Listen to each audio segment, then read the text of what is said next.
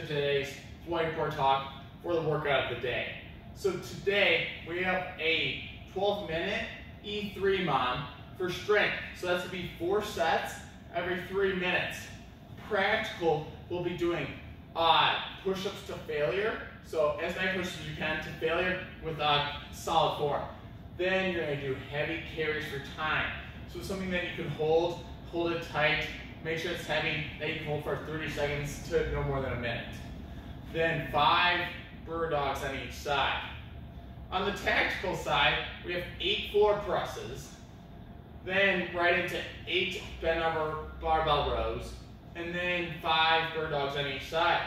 And that's for the strength. For the work capacity take, we have a longer work capacity with an 18-minute AMRAP. On the practical side, it's going to be 5 each arm, single arm dumbbell cleans, 10 kickthroughs, and then into 10 burpees. On the tactical side, we have 10 power cleans at up to 95 pounds for men, up to 65 pounds for women, and then 10 Beast Kickthroughs, then 10 calories on bike, rower, or skier. And again, the intent is for it to be longer.